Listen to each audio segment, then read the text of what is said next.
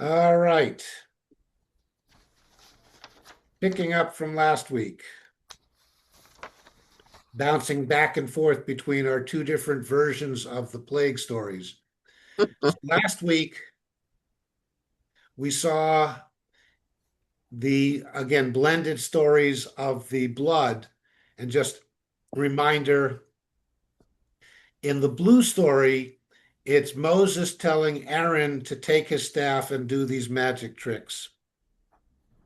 And in general, the blue story has the uh, clash of the gods, which is Moses has Aaron do the magic tricks, and then Pharaoh has his magicians do the magic tricks. And so the implication sometimes statement is Pharaoh is unimpressed.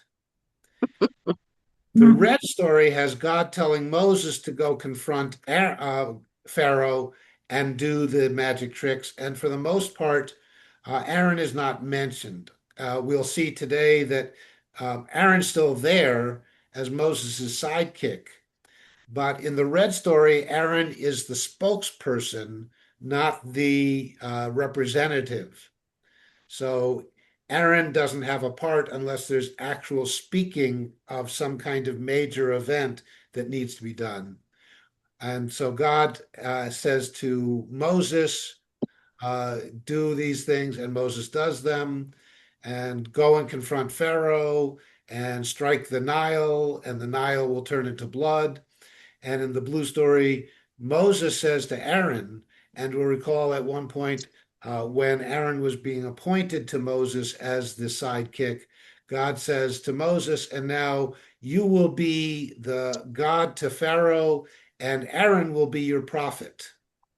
Whereas in the red story, it's clearly God is the God to Pharaoh, and Moses is the prophet. So we have that different standpoint. And then again, what is water? In the red story, it's going to be the Nile. In the blue story, it's much more of all the different gatherings of water. And so we have a little bit of confusions, as you'll see in verse 1, where in the red story, Yor is clearly the river with a capital R, which would be the Nile. It'd be if you were in the Midwest of the United States and somebody said the river, you would know it wasn't anything other than the Mississippi. But in the blue story, we have here in verse 1, Ye'orim, which certainly wouldn't be the Niles. So it's much more the rivers, but it's all, in a sense, the Nile and all of its tributaries, all of its watering sources and events. So that's where we go, and this is where we pick up with verse 1. Vayomer Adonai el Moshe, Emor el Aharon, Nete et yadcha b'matecha al hanaharot, al hayeorim, v'al ha'agamim, v'ha'al et hatzvardiim, al eretz Mitzrayim. And so, Vayomer Adonai el Moshe, God is speaking to Moses, Emor. And God says to Moses, say el Aharon, Emor el Aharon, say to Aaron, Nete et yadcha, reach out your hand and grasp b'matecha, in your staff. So reach out your hand in your staff or with your staff and spread it, reach it out over al haneharot, over all of the streams, al hayeorim, over all of the rivers, al ha'agamim, and all of the pools and watering places. V'ha'al, and this is now a causative imperative of the verb ole, going up. And once again, notice with weak letters like the hey, even though the root is ole, going up, aliyah, going up, the causative is the hey in front, which tells us this is a causative form of the verb, and the shortened vision tells us this is the imperative. So cause to go up, bring up, raise up. Sephardiim, the frogs. al Eretz Mitzrayim, on the land of Egypt. So frogs usually don't like to go too far from water sources, but now they're being brought up onto the land. What made it cause to be again? Ha'al, the hay in front, Okay. like Yep. so hotzi, cause to go out. Yotzei is go out. Hotzi, cause to go out. Thank you. Hadlik delak is lighting. Hadlik, to cause to be lit. Okay. So That's technically it's called the hifil, which is the causative form of a verb. Thanks. Will you point that out again? So ha'al, Allah is the root. Ha'al is the hifil, cause to go out, cause to go up, raise up. Because isn't al just often just a preposition? So al, as we saw it before, is on. Yeah. Al as a verb is short for Allah, going up. And yes, it looks exactly the same until you know all these roots and weak letters and all the rest of Hebrew grammar, which is not obvious to non-Hebrew speakers. And what's Hat's Hatzvardeim. yeah. Svardea is a frog. Svardeim are plural. Sounds like Sephardic, Yes, it does. like Ashkenazi and Sephardic.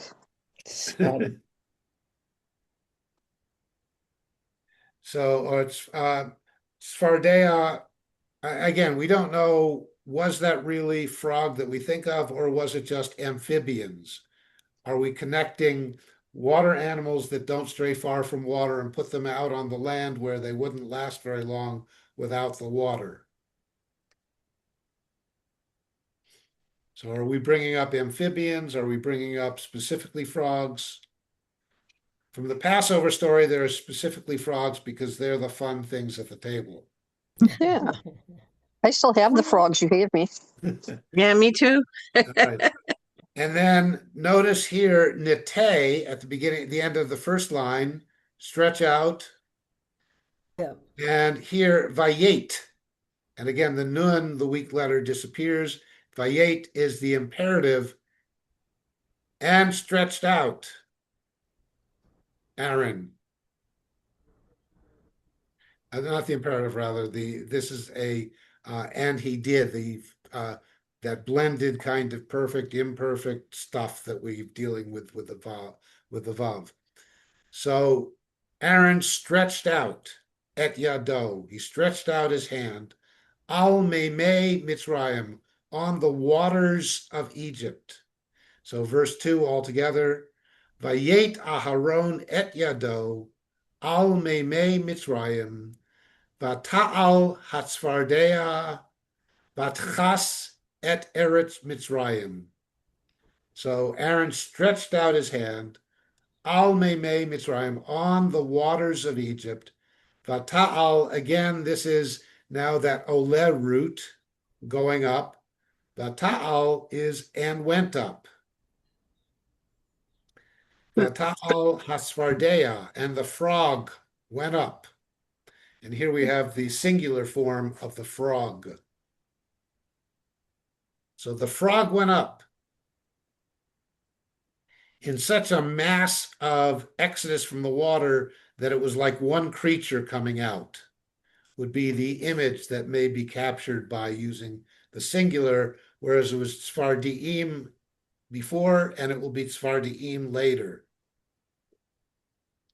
But the frog went out, vatchas et eretz Mitzrayim, and covered the land of Egypt. By the way, this use of a generic singular as a plural mass is the cause of some wonderful midrash about giant creatures.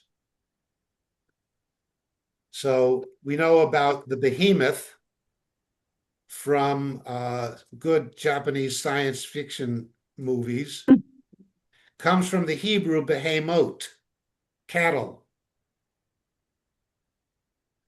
And there's a place in Psalms where we're talking about behemoth eating on the forests of the mountaintops.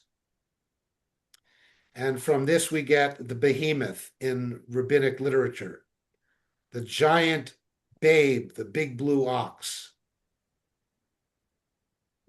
So I don't know that there are any midrashim, but certainly would be a good science fiction one to use this as the singular in the way it's written. Vata'al hatzvardeya vatachas et eretz Mitzrayim, and the frog went up, and the frog covered all of the land of Egypt. That would be some giant frog.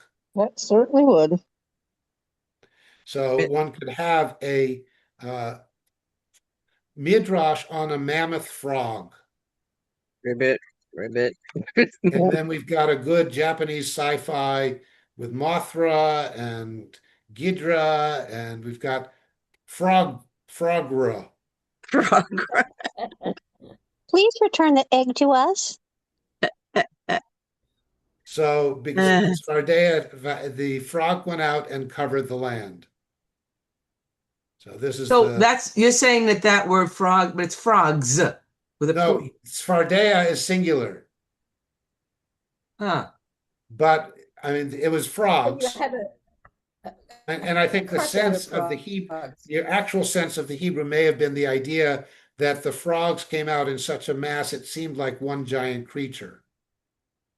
But Okay. because we have the singular in this verse, one could write a midrash about a giant frog I got it. that comes out of the Nile, and it's so big that by itself it covers the land of Egypt and swallows up sphinxes and pyramids and everything for breakfast. It'd have an awful loud ribbit, ribbit. Yeah, well, I mean, can you imagine sending fighter jets against it? It would just flick out its tongue and capture the fighter jets like a fly. Oh, it's a wonderful Yeah. picture. Sounds like a good movie. Let's make one. Yeah, Yeah. sure. All right, just a little point on the fact that we have the singular word and singular verbs there. Yeah. Interesting. Okay. Verse 3, Vayasuchen hachartumim bilatehem, end of the blue story. And the rest of verse 3, Vaya'alu et hatzvardeim al eretz Mitzrayim, which again doesn't make as much sense in the blended story because we already learned that they came out. But we didn't learn that they came out. We sort of learned they came out because we had Moses telling Aaron, put your rod staff out there and the frogs will come out. And then we read Svardea Techas as, and the massa frog will cover the land. And but then we have the statement in the beginning that the magicians did the same thing with their magic spells, with their incantations. So the Chartumim are the magicians, and Latehem are their spells, their incantations, their book of magic tricks.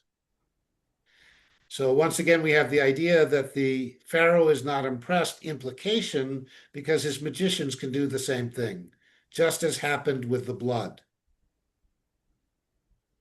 But if we skip the blue story and go from last week's red story to this week's red story, Moses confronts Pharaoh, Moses does it, and then the next thing we know, Vaya'alu et hatzvardeim al eretz Mitzrayim, and the frogs went up and onto the land of Egypt.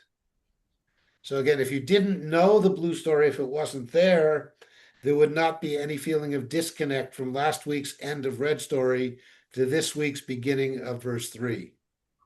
I mean, middle of verse 3. And remember that the division of the verses was not in the Torah. So the way the Torah was put together, these were just continuous stories. And the way that they were received, perhaps by Ezra or the committee or whoever, was a scroll of the blue story and a scroll of the red story. And they didn't have to worry about breaking up verses with two different stories. They just threw them together. It's only later that the verses are actually divided up. And when the verses were divided up in the 12th century, they didn't know about form criticism, and so therefore they weren't reading it the way we do as possible originally separate scrolls. But that's verse 3. Verse 4. Vayikra Paro leMoshe ula Aharon Vayomer Hatiru El Adonai Vayaser Hatzfardiim Mimeni Umeami Va'ashalcha Et Ha'am Vayizbechu Adonai. And again, verse 4 makes more sense, actually, if verse 3, the first half, isn't there, if the blue story is there, because the implication in the first half of verse 3 is Pharaoh's unimpressed because his magicians can do the same thing. Suddenly in verse 4, Pharaoh is impressed. Verse 4, Vayikra Pharaoh leMoshe ula Aharon. And so Pharaoh calls to Moses and Aaron. Vayomer, and he said, Hatiru El Adonai, plead. And here again, the ha in the front is part of the causative form. You guys cause a plea to go to Yud He Vav He. So if Pharaoh's magicians can do the same thing, then why is he asking Moses to make it stop? And here, again, because it's a combined text, Midrash does come in. So in the Midrash, Moses does it, Pharaoh's magicians do it, and it gets worse because the magicians are now doing it twice as much as Moses did it. And then Pharaoh says, okay, enough already, and the magicians can't stop it. Sort of a Pharaoh and the sorcerer's apprentice. So he is unimpressed when his magicians do it. He becomes extremely impressed when his magicians can't stop it. And so that's the midrash in between the first half of verse 3 and the second half of verse 3 is the magicians did it and the frogs came up, and the midrash says, and the Pharaoh says, okay, we did it too. All right, guys, stop it. And the magicians say, stop it? We don't know that. We didn't know there was a stopping spell. We just know the starting spell. None of that is in the text. All of that is in the midrash. And it's necessary in the midrash because otherwise it doesn't make sense. If one really reads the text carefully, as we are doing. And as did the original form critics, who said these stories don't really make sense as one continuous story, even though we have over 1,000 years of tradition that says it's one continuous story. So Midrash and commentaries had to justify how it's one continuous story. So Pharaoh calls, verse 4, Pharaoh calls to Moses and Aaron and says, plead with Adonai, plead with Yud He, Vayaser Hatzfardiim Mimeni, and stop, cease, put an end to the frogs from among us. Vayaser, cause to end. Curtail, put an end to. Stop it already.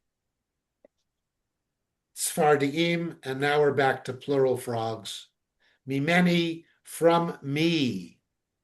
So Pharaoh is first not from us, not from my land, but first stop it from me. I'm getting fed up with frog soup and frog pillows and frog toothbrushes and everything. So stop it from me. And then Pharaoh says, Ume ami, and from my people. And so Pharaoh goes first. Of And course. Pharaoh said, Of course, he's a big narcissist. yes. Pharaoh says, Va'ashalcha et ha'am, and I will send out the people. And the aleph there tells us that it's that future first person singular tense. Shalach, send out. Ashalcha, I will send out. Et ha'am, I will send out the people. Ve'yizbechu Adonai, and they will worship to Yud He Vav He.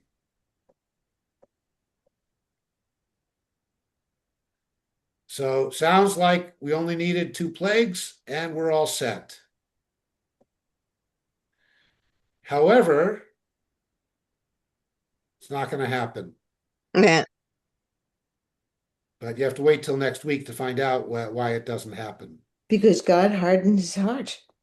Well, we're going to check on that next week. Rabbi, Meanwhile, in the translation, you said, and they will offer to Yud Hey Vav Hey. And so what's the actual word? Is it worship or is it offer? well, zevach, usually translated as sacrifice, Okay, thank you. but zvachim are offerings. Because as we will see later in the book of Leviticus, the word sacrifice, in the sense that we use today, where you're giving something up, is not valid. Sacrifice in its original term of making sacred or making holy, Thank you. a better translation. But zevach is some kind of offering, but it's a God-ordained offering, a God-required or requested offering. Verse 5, Vayomer Moshe leFaro, and notice Aaron is gone again from the talking and from everything, and here in the red story. Vayomer Moshe leFaro, hitpa'er alai, lematai atir lecha, ula'avadecha, ula'amcha, lahachrit hatzfardiim, mimcha, umibatecha, rak bayaor tisha arna. So Vayomer Moshe leFaro, Moses says to Pharaoh, Hitpa'er alai. Hang on a second there, Pharaoh. And here that hit in the front tells us that this is a dual or reflexive form of the verb, the hitpa'el in Hebrew. So this is a Moses and Pharaoh interaction. So you wait for me, I'll wait for you, we will wait together. So wait on me. L'matai atir lecha, to when I will, and here again the aleph in front, I, future, atir will put an end to, I will stop this stuff, and let me know, just hang on, and I'll get back to you when I'm going to stop this plague. And as opposed to Pharaoh, who said, me and my people, Moses here is saying to you, lecha, ula avadecha, and to your servants, ula amcha, and to your people. And again, trying to figure out what words are what. I've put them as much as I can in the same order so that you can follow over to the text and see where we have the words, what happens, what's happening, all the different things are over there on that side. But why did you say wait and you translate it as inform on me? Well, I mean, it's that sense of, hang on. I'll let you know. I'll get back to you. My people will talk to your people. What is lemate? Limatai. Matai is when. So limatai, to when. So there's this sense of delay in hitpa'er. Let's slow down. Let's put it on pause. I'll get back to you. I will inform you. This is a delaying tactic. So all of that is built into the sense of this dialogue. I'll let you know when I'm going to stop this stuff up. But Moses puts the servants in front of the people. Pharaoh leaves the servants out. Again, food for Midrash. So I'll let you know when I'm going to stop the frogs, mimcha, from you, umibatecha, and from your house. And I will make it so that rak bayaor tisha'arna, only in the Nile they will remain. Sha'ar is remain, this last word in verse 5. Only in the Nile will they remain. So by Yaor is Nile. So in the red, Yaor is clearly the Nile. But it's the river, it's the river of Egypt. But in the blue, it's the rivers of Egypt. And verse 6, Vayomer lemachar, Vayomer kidvarcha lema'an teda, ki ein kadonai Eloheinu. So he says, Vayomer lemachar, tomorrow. What we don't have, again, as often happens in Hebrew, Moses says, hang on, I'm delaying. My people will inform your people. I'll get back to you on this whole business of when we're going to end this particular magic show. And Vayomer lemachar, and he says to the morrow. Machar is tomorrow, but lemachar would be tomorrow. Who is the he that's saying tomorrow to whom? Is this Moses telling Pharaoh, I'll get back to you tomorrow? Or Moses says to Pharaoh, I'll get back to you when it will end. And Pharaoh says to him, make it tomorrow. I'll expect an answer tomorrow. It's only a day away. Yes. And it never comes. Because by the time it arrives, it's today. It must get to be tomorrow sometime. No, jam tomorrow, jam yesterday. No, yesterday never was, and tomorrow never will be. It's always today. But it must get to be jam today sometime. So, I quote. someone says tomorrow, and then someone says, Vayomer kidvarcha. And he said, according to your word. The second half of that particular seems to be Moses. So therefore, that would mean that most likely the first words in verse 6 are Pharaoh. So Moses says, according to your word. So Pharaoh says, I want an answer tomorrow. And Moses says, okay, according to your word, I'll get back to you tomorrow. Why am I waiting till tomorrow? Why will I do it tomorrow? Not because you made me do that, not because you said so, but lema'an, in order that teda, you will know, ki ein kadonai Eloheinu, for there is none like Yud-He Vav-He, our God. And this then carries that impact of our God, not your God.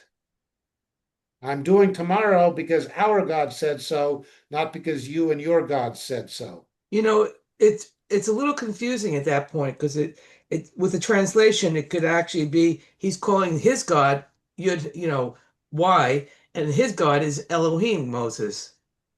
Exactly. So therefore, I translated it that way because it's confusing in the Hebrew because we don't have clear antecedents to the pronouns. So we don't know if Pharaoh's God is Y and Moses is E. We don't. Huh. And I mean, most likely the intent of the biblical author was fairly clear that Pharaoh says, do it tomorrow, and Moses says, I'll do it tomorrow, but not because of your gods, because of my God or our God. But the Hebrew allows for the ambiguity that the Midrash can then write it either way. Yeah, it could like you said before, there's none like our Yud Hey Vav Hey as Elohim. So he's incorporating both of them as Yud Hey Vav Hey is Elohim too. So it's like it is ambiguous. Yes. And my translation tries to capture the ambiguity of the Hebrew. Yeah, it does. So good. So if my translation is confusing, then I did a good job. You did. Well, why Which is would it why, make by the way, most translations try to unconfuse things, and that's why they are commentary, not an accurate translation or fully accurate. well after this? Do we see the two united? All right.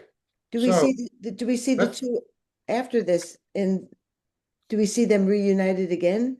In other words, is this the bringing together of the different stories? If we're saying, no, this is still the red story. But in the red story, it would seem that Elohim is a generic term and Yud Hey Vav Hey is the specific name. Whereas in the blue story, Elohim seems to be the name. So the bringing together never actually happens, except for the fact that they're brought together. But we don't see in the red story any elements of the blue story Would you say that because they sentence come again? from two different places and some possible different time frames. Will you say that again in the red story? So now next week continues the red story Yeah. with a little blue story. Oh, goody. So the blue story Blue. follows the frogs of the blue story and will jump straight into the, again, Aaron taking the rod and turning everything into lice. Surely you mean hop into the next story. Hop into the next story. And the red story picks up right from where we just left off when Pharaoh says, let me know when we're going to do this, or Moses says, let me know when you want it, and whatever. And the Saru Hatzvardiim and the frogs are going to end. And it will end up down here with Pharaoh's heart being hardened, that we'll talk about next week. And then the red blue story picks up the lice. And then after this, after where we leave off in verse 13, we will come back to a red story of the lice later in chapter 8. But we will end with suspense for this semester. Here's your reading for next week. V'saru hatzvardeim mimcha umibatecha me'avadecha ume'amecha rak bayaor tishar na. And again, that's a statement of what Moses said he would do, and now he does it. Verse 8, continuing on our reading. Vayetze Moshe va'aharon me'im paro, vayitzak Moshe el Adonai al devar hatzvardeim asher sam lefaro. Verse 9. Vayas Adonai ki dvar Moshe vayamutu hatzvardeim min habatim min hachatzerot umin hasadot. By the way, a note as you're reading this and thinking about it, the frogs do not return to the water, they die on the land in the red story, Ew. which Ew. will be different from what happens to the frogs and the land in the blue story coming up. Verse 10, Vayitzberu otam chamarim, chomarim. They're chomers. why are you saying ho and not ha? Because the first letter, the first vowel is that short the patach kamatz. So it's a little more like how we learned it as Ashkenazi. Well, except that in the Sephardi, the like Oniyah and Saharayim, that particular O carried over into Sephardim. So there, and the reason is the root is chomer, which is a measure of volume. So vayitzberu otam chomarim, vayit vash haaretz. And we had that va'ash before with the stinky Nile. Now the land is stinky. Verse 11. Vayar paro ki hayta harvacha v'hachbed et libo v'lo shama Elohi alehem kasher diber Adonai. And we don't know if the kasher diber was an added or part of the verb, but in any case, it made it into the text. The key when you're looking at this for studying it is the hachbed, which is again a causative from that hay, caused to be heavy. What it doesn't say is who caused the heaviness of Pharaoh's heart. So we'll talk about that next week. But then back to the verse 12, the blue story, continuing from the first half of this week, verse 12.